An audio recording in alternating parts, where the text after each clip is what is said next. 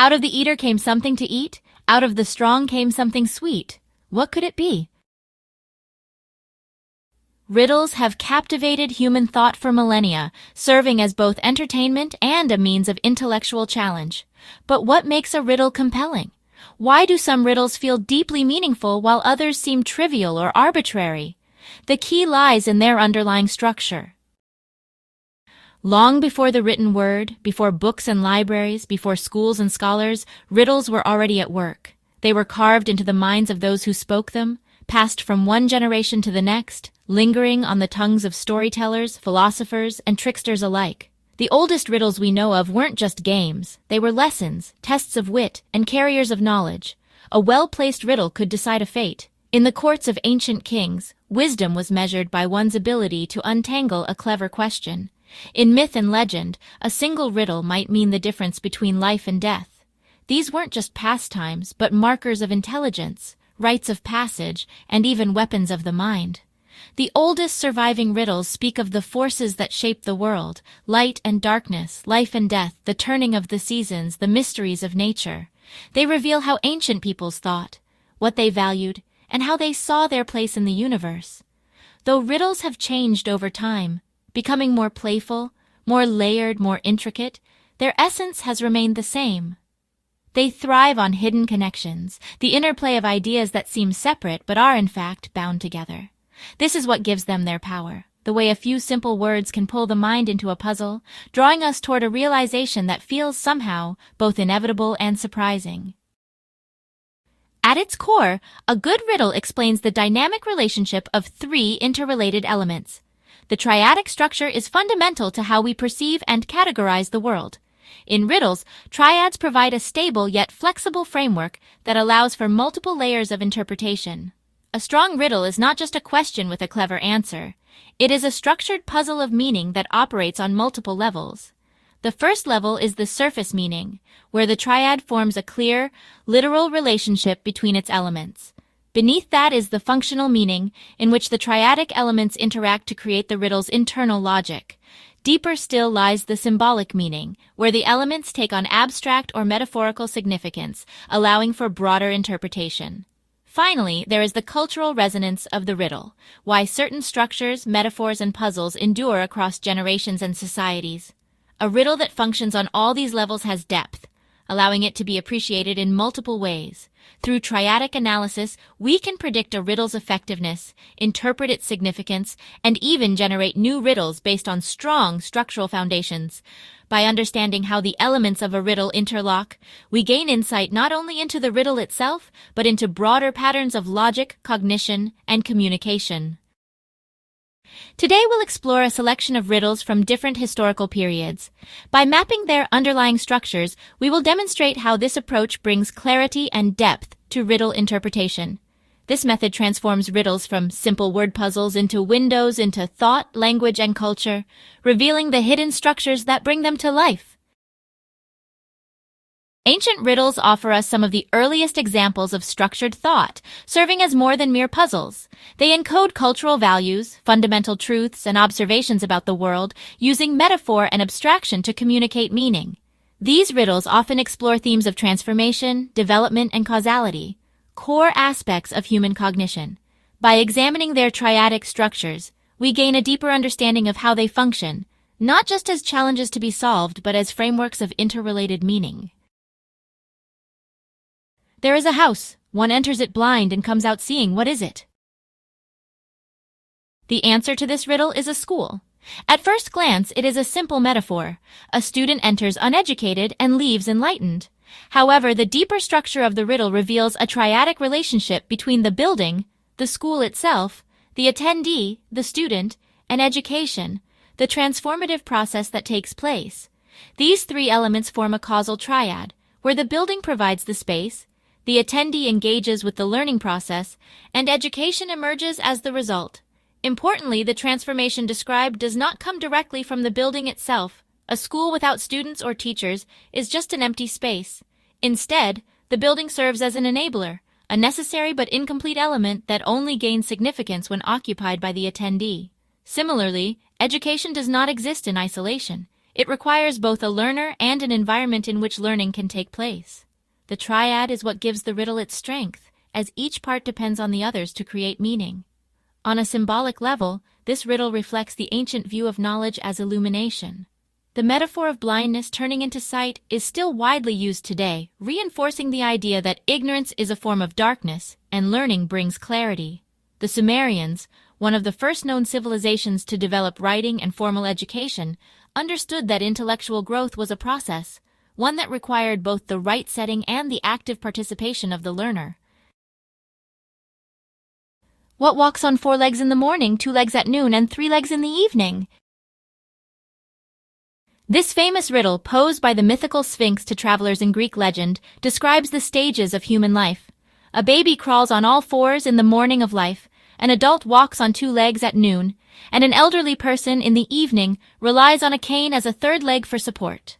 Unlike a straightforward progression, this riddle follows a non-linear pattern, as the final stage mirrors the first. Both infancy and old age involve dependency, while adulthood represents a temporary phase of independence. The strength of this riddle lies in its triadic structure, which divides human life into 3 interdependent phases: childhood, adulthood, and old age. These are not just sequential steps. They define one another. The independence of adulthood has meaning only when contrasted with the reliance of early and late life. The child's crawling foreshadows the elder's cane, and the elder's return to dependence reflects the cyclical nature of human existence. The riddle does not simply describe growth, it highlights the inevitability of decline and the interconnectedness of all life stages. Beyond its individual logic, the riddle carries a profound cultural message. In ancient Greek thought, the passage of time was often viewed as both progressive and cyclical. While individuals age and change, humanity as a whole remains constant in its trajectory. This is why the answer to the riddle is not just a person, but the concept of human life itself, not as a singular event but as an evolving pattern of dependence and independence. Both of these riddles illustrate how meaning is constructed through interdependent triads. The Sumerian riddle presents a causal transformation, where education emerges from the relationship between space and student. The riddle of the Sphinx, on the other hand, follows a non-linear cycle in which the stages of life define one another in a continuous loop. These structures make the riddles more than just puzzles. They turn them into reflections on knowledge, growth, and the human condition. By examining riddles through their triadic relationships, we move beyond simply finding the right answer. We uncover the deeper logic that makes them work, the structural balance that gives them depth, coherence, and lasting significance. These riddles endure not just because they are clever, but because they reveal fundamental truths about how we experience the world. As civilizations grew more complex, so did their riddles. Classical and medieval societies used riddles not only for entertainment, but also as exercises in wit, wisdom, and religious or philosophical reflection. During this period, riddles often became more intricate, relying on metaphor, double meanings, and hidden truths. Many riddles from this era reflect the technologies, beliefs, and oral traditions of the cultures that produced them. They were passed down in manuscripts, myths, and spoken challenges, serving as tests of intelligence and insight. 2 riddles from this period, the Exeter Book riddle from Anglo-Saxon England and Odin's unanswered riddle from Norse mythology, illustrate how medieval riddles could range from practical descriptions of everyday objects to profound reflections on the limits of knowledge itself. A strange thing hangs by man's hip, hidden by a garment. It has a hole in its head. It is stiff and strong and holds firm when in use. What is it? The answer to this riddle is a key, though the description deliberately encourages misinterpretation by making it sound vaguely like something else, an example of the medieval love for double entendre. On a surface level, the riddle is a playful exercise in concealment and revelation. However, when examined through its underlying structure, we see that it relies on a reinforcement triad: the metal from which the key is made, the lock that defines its purpose, and the access it grants. The key by itself is an inert object. It only gains meaning through its relationship to the lock. Likewise, the lock serves no purpose without the key, and access is not an inherent property of either. It is the function that emerges when the two are brought together. This is a classic reinforcement triad, where each element strengthens the others, forming a system in which the key is not just an object, but a crucial enabler of security and control. This riddle reflects the medieval world's fascination with tools and craftsmanship, as well as the symbolic power of keys in religious and social contexts. Keys represented authority, secrecy, and the transition between spaces, whether literal, as in the unlocking of a door, or metaphorical, as in the unlocking of knowledge or divine mysteries. The riddle's structure reinforces this idea. Without the triadic interaction, the key has no power. It is in its use that it becomes significant. What did Odin whisper into the ear of his dead son Balder? Unlike many riddles that present a solvable challenge, this one offers no definitive answer. The response is simply a secret. But the brilliance of this riddle lies not in the hidden knowledge itself, but in the structure that makes it unknowable. It forms a bottleneck triad, where the whisper, speech, the listener, recipient, and the hidden truth, the content, are all interdependent. Yet, because the listener, Balder, is dead, the chain of transmission is broken. The riddle creates an absolute bottleneck.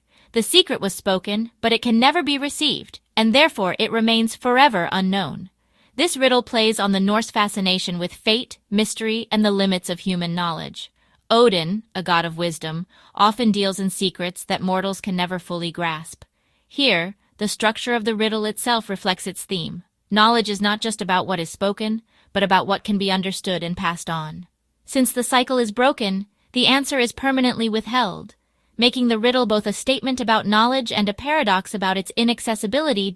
The idea of a whisper as a vehicle for hidden truth also ties into the oral tradition of Norse mythology. Much of what was known or remembered depended on storytelling, and once a story or a secret was lost, it was truly gone. This riddle forces the listener to confront the fragility of knowledge, illustrating how meaning is constructed not only by the words themselves, but by the relationships between speaker, listener, and content. The riddles of this period reveal a shift in focus from straightforward transformations, as seen in ancient riddles, to interplay and dependency between elements. The Exeter Book riddle uses a reinforcement structure, where meaning emerges from functional interconnection. The Odin riddle, by contrast, highlights the vulnerability of knowledge, showing how a broken link in the triad renders the entire system meaningless. Both riddles reflect important aspects of their time.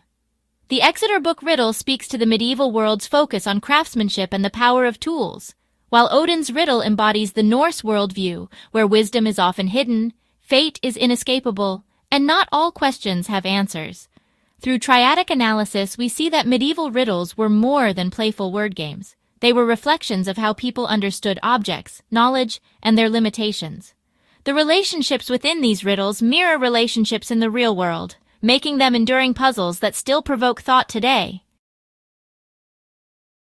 As Europe moved through the Renaissance and Enlightenment, riddles evolved alongside philosophy, science, and literature. This period saw a heightened focus on reason, perception, and human nature, reflecting broader intellectual shifts. Riddles were no longer just exercises in wordplay or tests of wit. They became ways to explore deeper truths about knowledge, identity, and logic. During this time, literature and drama incorporated riddles not only as clever puzzles, but as metaphors for insight and self-discovery. Shakespeare, for example, wove riddles into his plays to illuminate themes of fate, justice, and human folly. Meanwhile, Enlightenment thinkers explored logic and deduction, leading to riddles that tested reasoning itself. Two riddles from this period, the Shakespearean riddle from King Lear and the logical family puzzle of the 19th century, illustrate how riddles were used to challenge perception and unravel hidden relationships. A man may see how this world goes with no eyes. This riddle, spoken by the blinded Earl of Gloucester in King Lear, forces the audience to consider what it truly means to see. The literal contradiction, a man without eyes who sees, invites the reader to look beyond physical sight to a deeper kind of perception. The answer to the riddle is insight, but what makes it powerful is its triadic structure: blindness, perception, and truth. At first, blindness seems like a limitation, a loss of knowledge, but paradoxically it allows for a sharpening of perception, forcing Gloucester to see the world as it truly is, corrupt, unjust, and deceptive.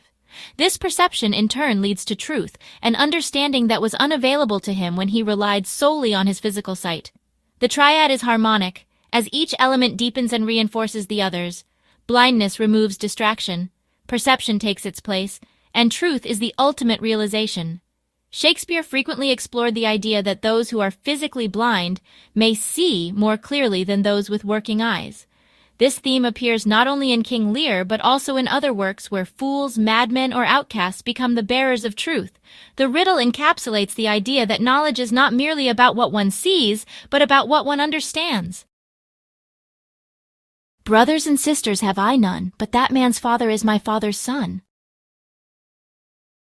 This classic logic riddle plays with generational relationships and self-reference, a theme that became increasingly important as logic puzzles gained popularity in the Enlightenment and post-Enlightenment periods. The answer is son, but solving it requires careful tracing of familial relationships. The triadic structure at play here is father, speaker, and generational lineage, a framework that defines familial identity through relational logic. The trick in the riddle is in the phrase, my father's son. Since the speaker has no siblings, my father's son must refer to the speaker himself. Thus, that man's father must be the speaker, making that man his son. The riddle is not merely about identifying a relationship, it forces the listener to reconstruct meaning based on an implicit structure. This is an example of an inclusive triad, where meaning is formed through the connection of all three elements. The father serves as the anchor, linking the speaker to the next generation. The son's identity only makes sense in relation to the speaker, and the speaker's identity is affirmed through his role as both son and father. The riddle cleverly disguises this structure, making the answer feel elusive until the underlying triadic relationship is uncovered. Riddles of this period reveal an increasing fascination with perception and reasoning. The Shakespearean riddle explores the interplay between blindness and insight, showing how loss can lead to deeper understanding. The logical family riddle, by contrast, is an exercise in deductive reasoning, revealing how meaning emerges from relationships rather than isolated facts. Both riddles demonstrate how Enlightenment thought influenced riddle construction. Shakespeare's riddle reflects the era's growing philosophical complexity, while the family puzzle showcases the rise of formal logic and structured reasoning. In both cases, the riddle's depth comes from its triadic relationships, which create meaning not through simple question and answer structures, but through layers of interdependent insight. By analyzing riddles through their triads, we see how they were not merely games of wit, but tools for exploring knowledge itself. In an era where reason and perception were constantly being re-examined, riddles served as microcosms of the very questions that defined the Renaissance and Enlightenment. What is truth? What is identity? And how do we truly see the world? As the modern era brought advances in logic, literature, and abstraction, riddles evolved in new directions. No longer bound by strict linguistic or logical constraints, riddles began to play with meaning itself, sometimes embracing absurdity, sometimes pushing the limits of deductive reasoning. In this period, we see riddles that challenge the structure of language, the nature of logic, and the boundaries of interpretation. Two riddles from this time period, Lewis Carroll's whimsical question from Alice's Adventures in Wonderland, and the logical puzzle attributed to Einstein, illustrate how modern riddles explore different cognitive processes.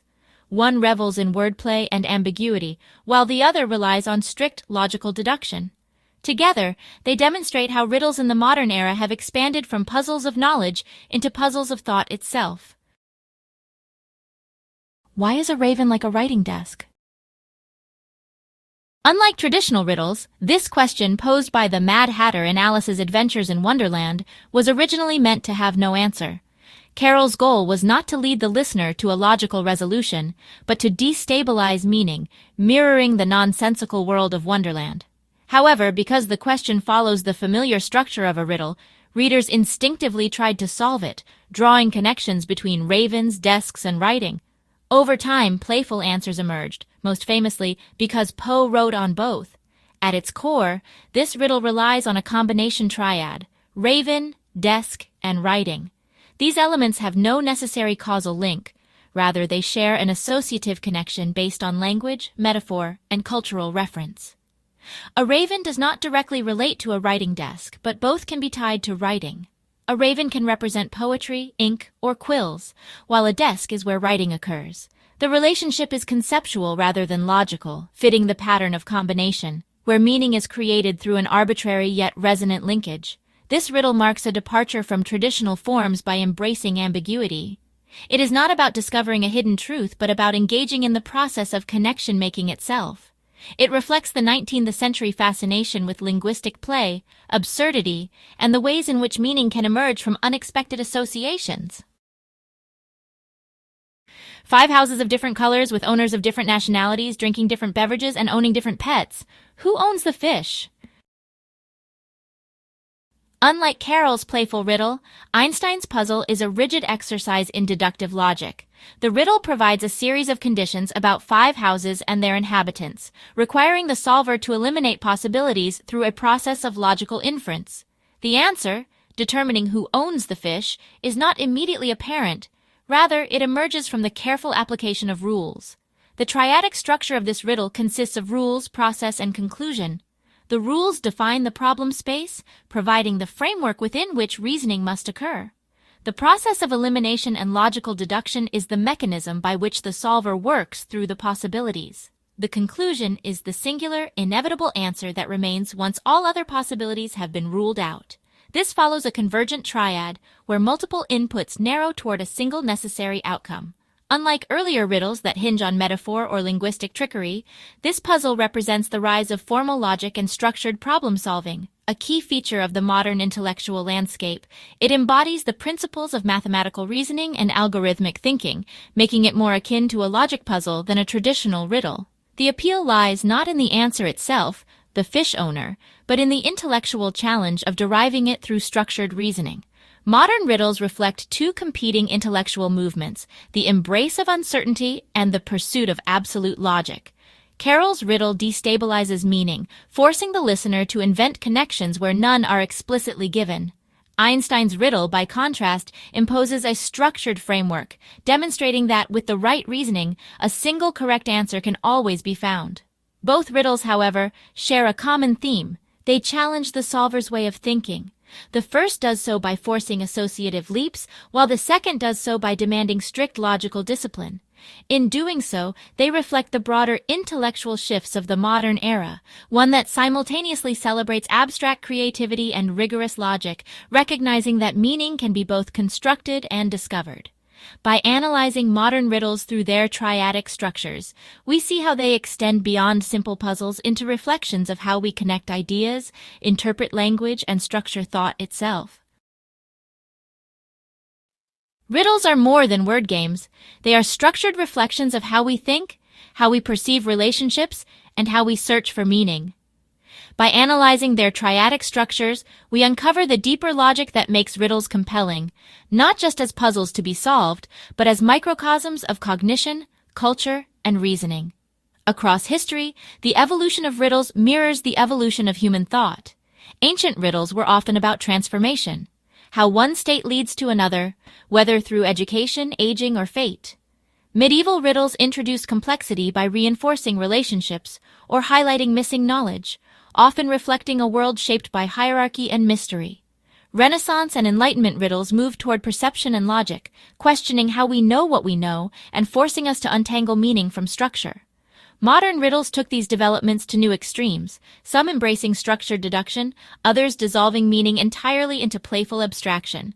At each stage, the triadic approach reveals how riddles function on multiple levels. Their answers are not isolated facts. They emerge from interdependent relationships. This explains why strong riddles endure. They do not rely solely on a clever trick, but on a deeply interconnected structure that resonates across different layers of understanding. A good riddle does not merely hide an answer, it constructs a system where meaning is revealed through the interaction of its elements. Beyond riddles, this method of interpretation has wider implications. It suggests that meaning itself is triadic rather than binary, not just this or that, but an interplay of forces where the connections matter as much as the components. This insight extends beyond puzzles into how we analyze literature, philosophy, and even real-world systems, where causality, reinforcement, and emergence shape the structures of knowledge. By studying riddles through their triads, we do more than decipher clever questions. We engage in a deeper form of pattern recognition, one that sharpens our ability to see hidden structures, whether in language, logic, or life itself. One last thing, though. We began with a riddle. one that came without an answer in Judges 14 verse 14. Out of the eater came something to eat. Out of the strong came something sweet. It'd been a few thousand years, so let's see if we're ready to understand. The mouth that feeds, the mouth that speaks, both shape the world through voice or feast. One gives the body what it seeks, the other grants the soul its peace. The strong may rule with hand or tongue, yet wisdom's rule is far more sweet. Its echoed words on hearts are hung, a richer honey more complete. So out of might comes guidance true, a law, a lesson, wisdom's way. The spoken word, the sword we hew, to carve the dark and light the day. Thus, Samson's riddle still imparts a deeper truth for all who seek. True strength is found in minds and hearts, and power flows through words we speak.